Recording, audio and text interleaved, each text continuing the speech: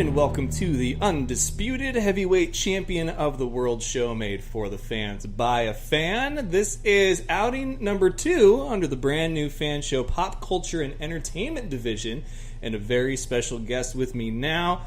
He is an old friend that we've met for the first time, Chris Cope. How you doing, man? I'm good.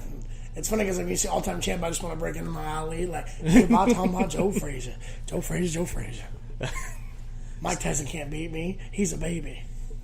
Now, is this technically your first time to Spokane? Because you won the Big Sky, and that's yeah, the that was Northwest in Montana. thing. I was in Billings. This is my first time in Spokane here. We're going to have a good night. It's Thursday, 115 people. I don't know how many are there specifically. I like asking the crowd who's here to see me specifically. Because it gives me an idea of, because I took out a Facebook ad for tonight and tomorrow. Because Saturday can typically handle itself. Yeah, Saturday's a good night for comedy. Yeah, and you don't necessarily have to, it's like if I can do a Wednesday, Thursday, Friday, Instagram ad. I'm really going to, push it for those 3 days. Spend more for those 3 days than just the 4 days, just because I know Saturday will fill itself up. Yeah. But Thursday, if I can get the difference between 80 and 115, that 30 people could be the difference of a good show. Yeah, no, no doubt there. How do I sound? Good? Yeah, you sound good. You sound great. So, when it comes to comedy and traveling on the road, and you do the ads and everything like that, do you have anything else that you can do personally to make sure that the crowd's like do you go out and do any events beyond just the media stuff? I'll do podcasts sometimes. Like this. Yeah, obviously. like stuff like this.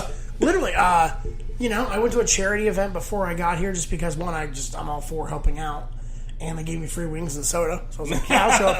I'll show up for 90 minutes and have people shake my hand and pretend like they know who I am. But half of them want to come to a show. So it's kind of, I never stop. Until I have that one thing until I get on a giant enough show or have a special, I kind of still have to pound that pavement to get people out. Like tomorrow I'm going to do radio. I'm going to do TV and just... Come on out, man. Come and see my show. And then when you leave, you'll come back next time. How big was your Conan appearance? Is that boosted? What yeah, you expect? Nowadays, late nights don't necessarily... It's not like it was 25, 30 years ago, Carson or whatever, where it's just you did late night, and then the next day you had $100,000 worth of work. I've added 7 new clubs. It's got me new management. And I think... Ultimately, the new management was the game changer because now I have some money in my corner. That's actually my new manager did more for me in one day than my previous manager did in 8 months. Wow. Yeah, it was, and I was just like, holy shit. Okay, so this is what it feels like to actually have someone in your corner. Yeah. Instead of just pushing the cart myself, because everything I've done, comics, we all help each other in that sense of community, but in terms of I got myself on Conan. Everything else is through my own ability to network or just my talent. I didn't have a manager submit me for any of the stuff I've ever gotten. Except for Grey's Anatomy, that's an acting gig. I got that through an agent. Makes sense. But the Netflix show that I got on, because I knew the producer. He was a buddy of mine. Hey Bill. But it's just now that I have a manager, it's nice emailing someone and getting a response back in a half hour, and getting good advice. It was a game changer for me because it helped legitimize all the it helped kind of form everything else up I've already done. Yeah. And I got the late night credit, and because I slammed the set, I did it and I can brag about it. I can show it off and go, I'm wearing the same shirt, by the way. I did notice that. I wasn't going to say anything. I own 4 shirts, okay? I don't like wearing, I say I don't like wearing clothes. It makes me sound like I want to be naked all the time. But no, I would, if I really love Dangerfield, how he wore the red tie, the white shirt, and the black coat. Every single show. One, it's good branding. But for me, too, I just don't think, I don't care. If I could do stand-up in shorts, like athletic shorts, if I could do my stand-up in comfy clothes, I fucking would. Yeah. Just because, what does my... reason why is because the comedy club exists and they're charging $30 for a ticket, and the audience, when they pay $30, they want to see the guy gives a shit about his appearance because that gives you confidence in his material. It's all subconscious. Yeah. You know? Otherwise, people would be playing baseball in comfy clothes too. But they put that uniform on and you go, oh, he's a New York Yankee. Automatically, he's at X level in my mind. Military, uniform. It's all meant to give you this perception. Yeah, and there's so many parallels that I'm drawing from the comedian lifestyle and what I do for media, because I suit up because I want to give off the impression of You're that professional. Like, this professional. is not wasting my time. I know what I'm doing. Absolutely. And I will see guys at sporting events that they're the newspaper or they're an online blogger or they even host a podcast, something where there's not a lot of this going on, but they'll show up in like jeans and a t-shirt, and it's just like, how do you expect to be taken a certain way? And also, when you're doing sports athletes, these guys are millionaires. Yeah. These guys have professional tailors, and like they're going to Jacobs, they're getting jewelry, you know, like, and you showing up, you know, you showing up in your scrunchy pants, like it's. I get where me wanting to go on stage like that, it's just a want. It's something I can't apply, no matter what level of success I get. I'm never going to be funny enough to wear drawstring shorts on stage. Or an Eddie Murphy suit, right? Right? No, I think I can pull the Eddie Murphy suit off. With the raw jumpsuit. You know what would be raw? My fucking crotch. The moment my crotch would be 70% baby powder. It would look like I'm smuggling coke. Just because you know how hot that leather suit would be for me. That's a visual right there. Ugh. San Francisco, I think they win 7 games this year. Oh man, you're breaking my heart. I picked them to go 6-10 last year. They pulled it off. They had to get 5 in a row to do it, but I'm hoping for a winning season, which Did you is see Tyrod? 9 games. 9. Did you see Tyrod? Tyrod? I think he might broke his wrist. Oh no! That breaks my heart because I picked. Excuse me. I put a small wager on the Browns winning the division because it pays real well. It was like $40 to win 600. No. Bullshit if. The Ravens maybe could turn the corner. If Big Ben gets hurt, the Steelers are shot. Then who else? And you look at that Browns team, that's a winning team. They got Jarvis Landry on one side, Josh Gordon perhaps going to sign Des Bryant, and you still got good running backs. Now, I just don't know if Baker Mayfield could be the guy to lead out of the gate. You need a Tyrod.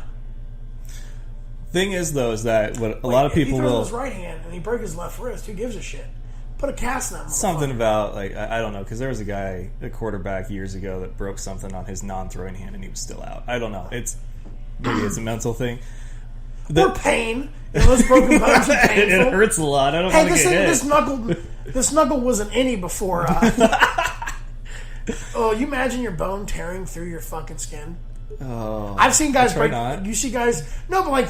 Just like the idea of that injury, it's like, it's weird. I can smash my hand in the car door and just stare at it. But the moment someone else gets hurt in front of me, I'm like, oh, God. We need a candlelight vigil. Well, didn't you see The Rock and his broken finger like a few years ago? And it was just all the wrong way. Oh, man, that was gnarly. My brother did that. And he sent me the picture, and I'm like, don't. And he's like Instagram videoing before it was even like live. He's just like, look at my finger. And I'm Watch like, I this. don't want to. Oh, he's a son of a bitch. The thing about the Browns, though, think about any NFL team, any division, is that when it was 5 teams to a division, that counts for a significant portion of your schedule. It's only 4 now, so they not only would have to beat everyone in their division, they would have to beat everyone they're scheduled to play. And I'm not saying that it's any easier for the Steelers, the Ravens, or the Bengals, but it's like, you're not just, it's you against 3 other teams. It's you against your schedule. No, absolutely. I just think I think the potential to surprise people is really there. It is. And I mean, it is. It was a $40 bet. It was like, okay, this is a dinner. And basically, I'm willing to wager a dinner out to see if I can make $600 and brag in someone's face that I called the Cleveland Browns winning their division. Do you understand? That's akin to someone going, "Told you Trump won." Like shit that you know. Well, I haven't even seen the Bruce Willis roast, but probably one of the funniest jokes I've heard in the last couple of years was the guy, Jeff Ross, who was always at those roasts. He said, it was a clip from there, he's like, you know, Bruce, I'd poke fun at your politics, but the last time I did that, the fucker won.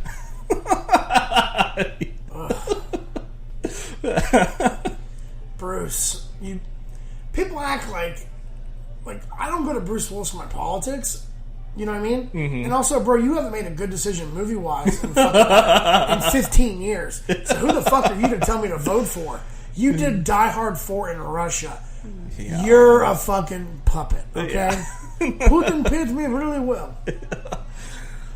So we're going to be in a fantasy league together. When's that draft? I got to sort it out with you guys. When's good? When's good? I don't know. I mean, just Sunday's always best, and we're on the same time zone. It's all on the internet, right? Yeah, so typically what I do for this league, and I'll probably record it this time instead of doing it live, but I try to get everybody that can be on a Skype conference call, and we all talk through the first couple of rounds, enough for like a good 45 minutes a show. And that's my season premiere, is the cool. League doing a draft. So yeah, I think I can do that. I got a tripod, I got Skype, I can do all that. I've been in a keeper league for like a year or two now, and it's just like... is Derrick Henry still in the league? Like, I'm looking at players like, not in the league. Is Rob Kelly on the team still? He's like third string in Washington, right? Something like that. He's my starting running back. No. My buddy goes, you should be focused on next season. I'm like the one starting in a few weeks? He's like, nah, man, 2020 is that's your game. And I'm like, the good thing is about fantasy football is, I get to about week 7 or 8. Yeah. And if I've lost, if I'm 2-6, I'll only set my lineups against people that bug me. About, like, do you know what I mean? Yeah. Like, it's like, hey, bud, do you mind setting your lineup? I'm like, yeah, against you now. I'm going to try to beat you now. If you get to the halfway mark and you don't have at least 5 wins, you're not going to make the playoffs. No. Your season's over with. Yeah. So, at a certain point, it becomes time management. Yep, absolutely. And my buddy's like, you need to fucking give more effort. First off, you don't have my career. You work at a Pet Boys. You work 40 hours a week and go home and fuck the same woman. Wow. I have things to do, okay? And I am now going to start all my players against you. You were going to get an eeasy...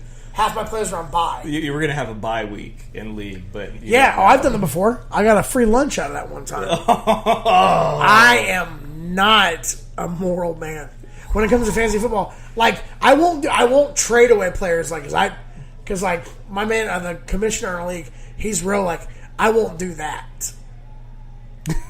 But the trick is you do a 3 to 2 player deal and you just give them a little bit more than you should. That's the only way to get a trade not vetoed. Do you know what I mean? You're like, all right, I'll take 2 good players, and then but I'm also going to give you 3 good players. But I'm going to have an argument for one of them. Do you know what I mean? Yeah. Well, he's on the stapled list. It's a hamstring. He'll be back.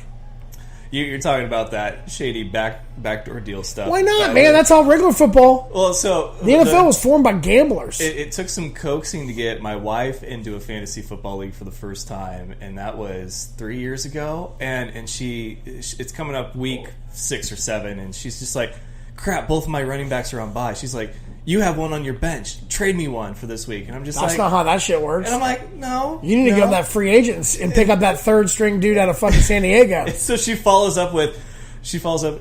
goes, we can go and buy those costumes that you want and do that role play that you want. And I was like, is that even how this works? You can't. So the player to be named later is pussy. Yeah. That's pretty much it. You got a TBD on some ass. I was like, I don't even know if that's how it works. She's like, doesn't it work that way? I was like, baby, listen, you give me that player, I'm going to lick your butthole. Right? You son of a bitch. That's a deal. I guess, you got to explain that to your league, though. You got to be listen, gang. Here's what we got going on. Yeah, man. I traded Alfred Morris for a rim job. Okay? I'm not... Looking back in a year, it might not have been my best trade. Yeah. But in the moment, I loved it. Yeah. Hindsight 2020, would you rather? I love that phrase because it just reminds me of Dirty Work. You seen that movie? Oh, I love that movie. Hindsight's... You bet against Rocky and... You bet on Mr. T and Rocky 3. Hindsight's 2020, my friend. You bet against... That is... To me, that was the funniest line of that entire movie. In a serious tone, you bet on a boxing match in a movie. Yeah. But to be fair, Rocky won one and lost one up before. He was 1-1 before that movie. Yeah, and... he didn't win the first one. That wasn't the point. Well, there's a scene in The Simpsons where Krusty the Clown was... You bet everything you had on the Washington Generals? They would do! He's spinning the ball in his hand, for God's sakes! This game is rigged! He's using a ladder! Bro. I know that scene. I've watched that scene 100,000 times. Because you can find it on YouTube like that. That might have been the funniest of The Simpsons. Yeah. Because you could have only gotten away with that joke in a cartoon. Yeah. If that was on a TV show, you'd go, this is some sticky shit. But for some reason, I was watching with a buddy of mine, and I mean, the first time, like as like an adult, I rewatched it. I was dying. Fucking dying. They would do!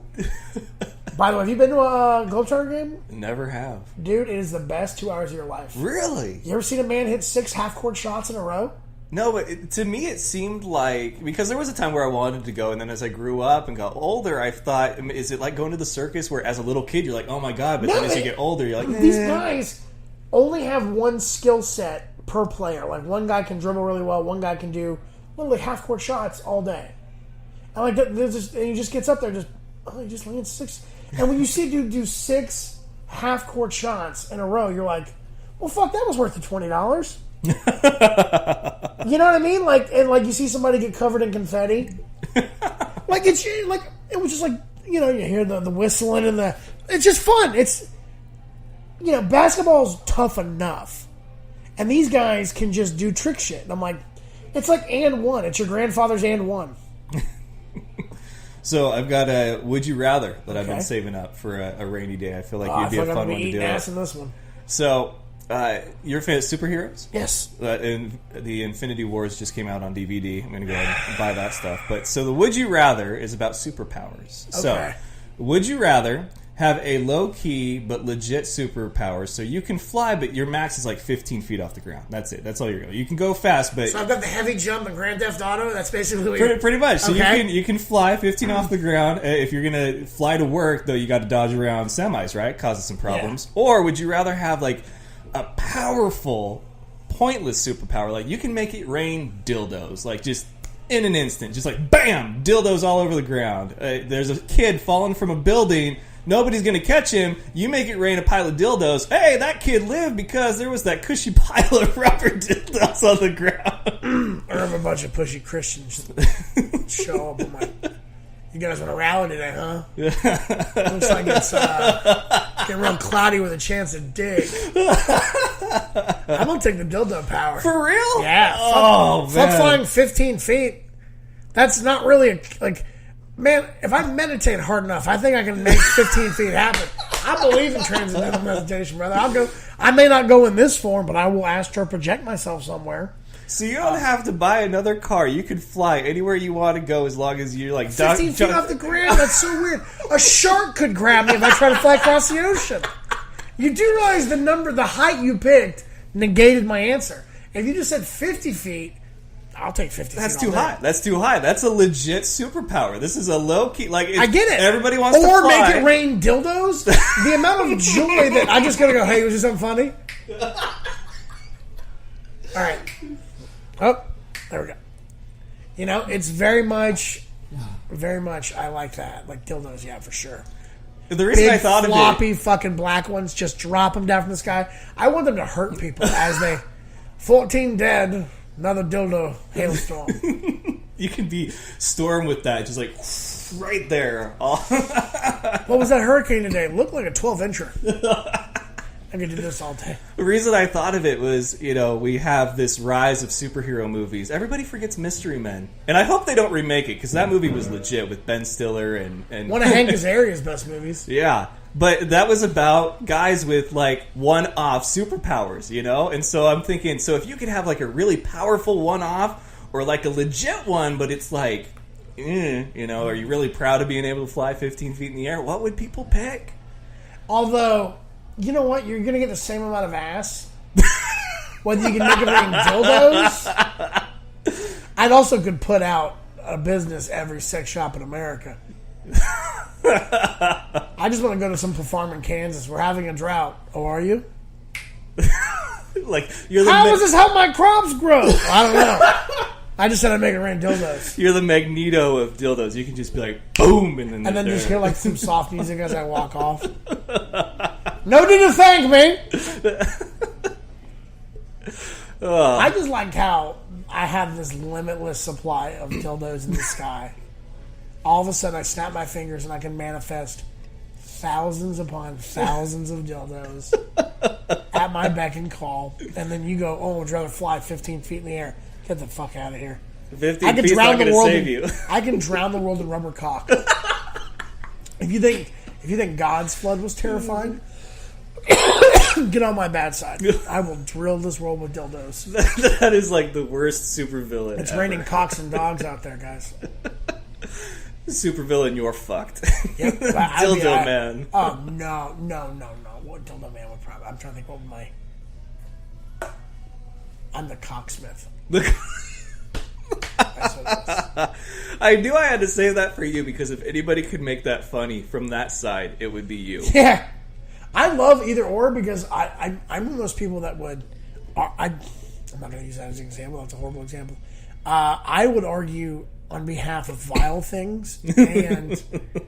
Do you know what I mean? Yeah. And the righteous side. Just because I enjoy back and forth. I honestly enjoy stoking chaos. I like watching people. I enjoy Facebook threads. Like when they break down in politics. And then I'll jump in and just do some real cold shit like, hey, Ed, maybe your opinion on Trump's why your wife left you. And then just jump out. And like, who the fuck is this guy? I'm like, I don't know, Ed. I don't know who your wife is. Do you have burner accounts you use for that? No, that's me.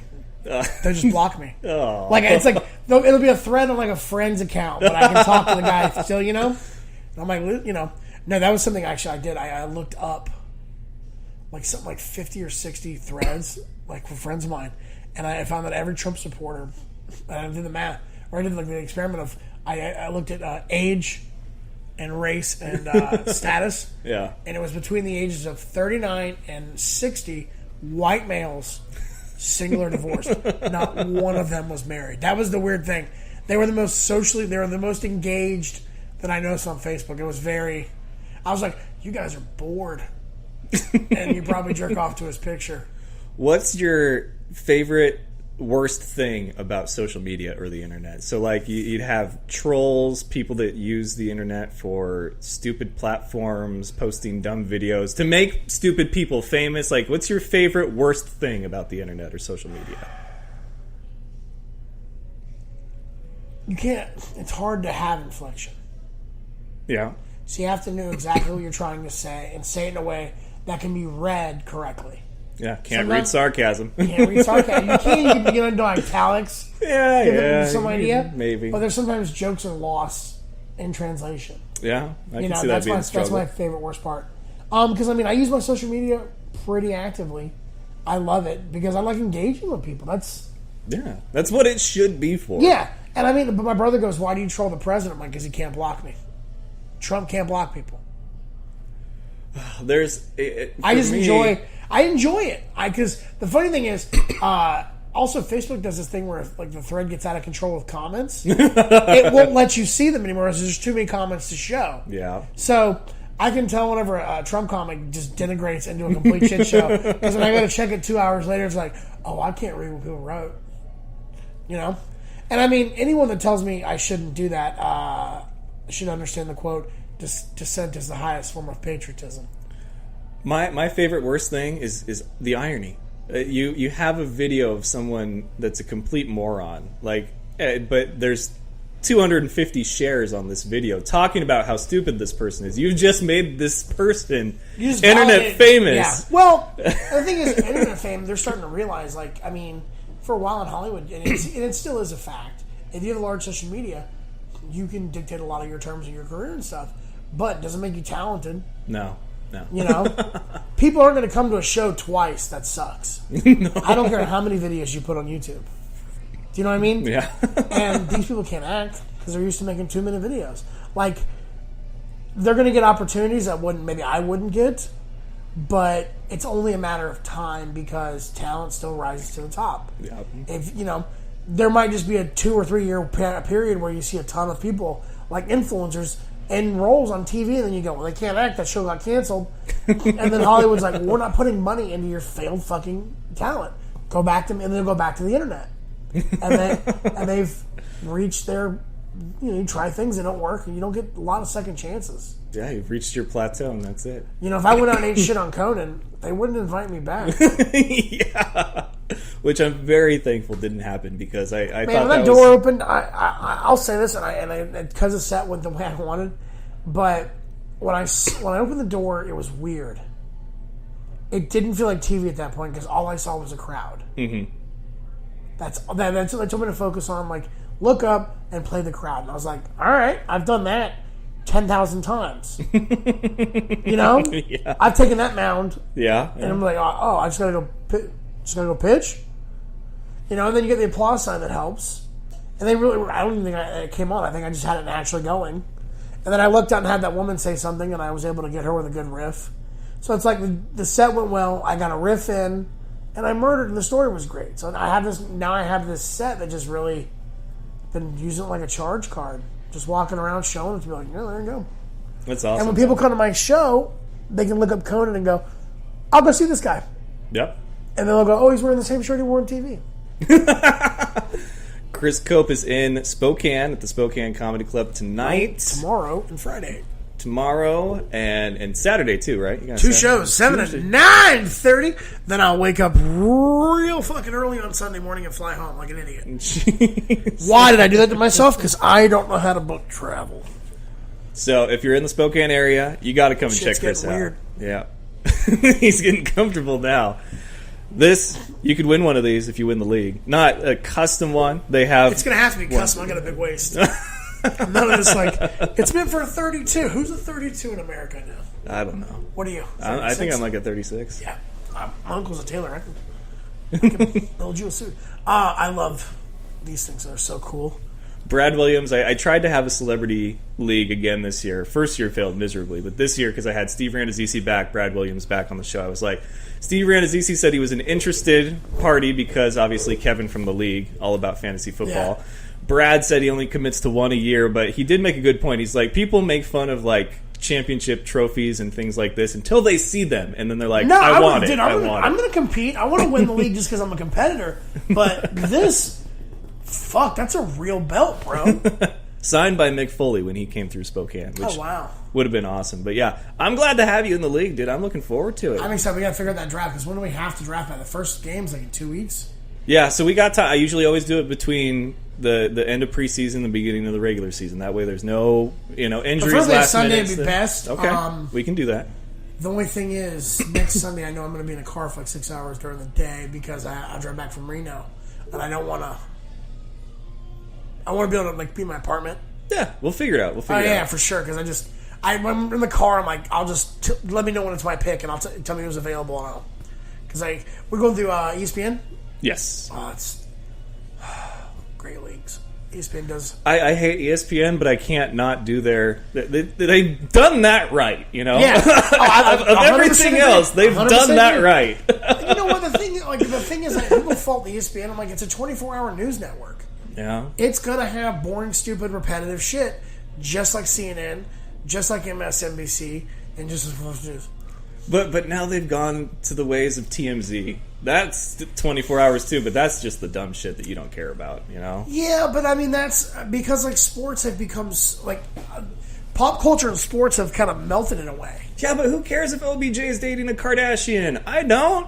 Like you said, you gotta have something to talk about. And you can't have that same conversation about how great Tom Brady is or how great Muhammad Ali would be against Mike Tyson. Like, as long as he nails her the night before and has a great game the next day, I mean, that's Man, I look at a Kardashian. Look what happened to Lamar Odom. That's a curse. That's a curse. That's not a good thing. That's a curse. You got Kardashians, bro. All right. Well, by the way, the Kardashians hear this. I don't mean any ill will towards you. I think you're all very smart entrepreneurs. Very proud of you. You're all very hot. Don't tell Kanye.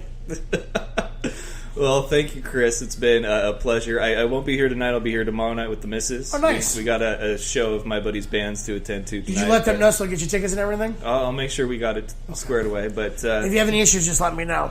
Thank you so much, man. It's been Of course, it's I'm been always a happy to pleasure. come on here, brother. All right. What are your socks, by the way? What socks you wearing? Tasmanian Devil socks. I love that, man. Mel Blanc. Wasn't he the guy that did all those? I'm not sure.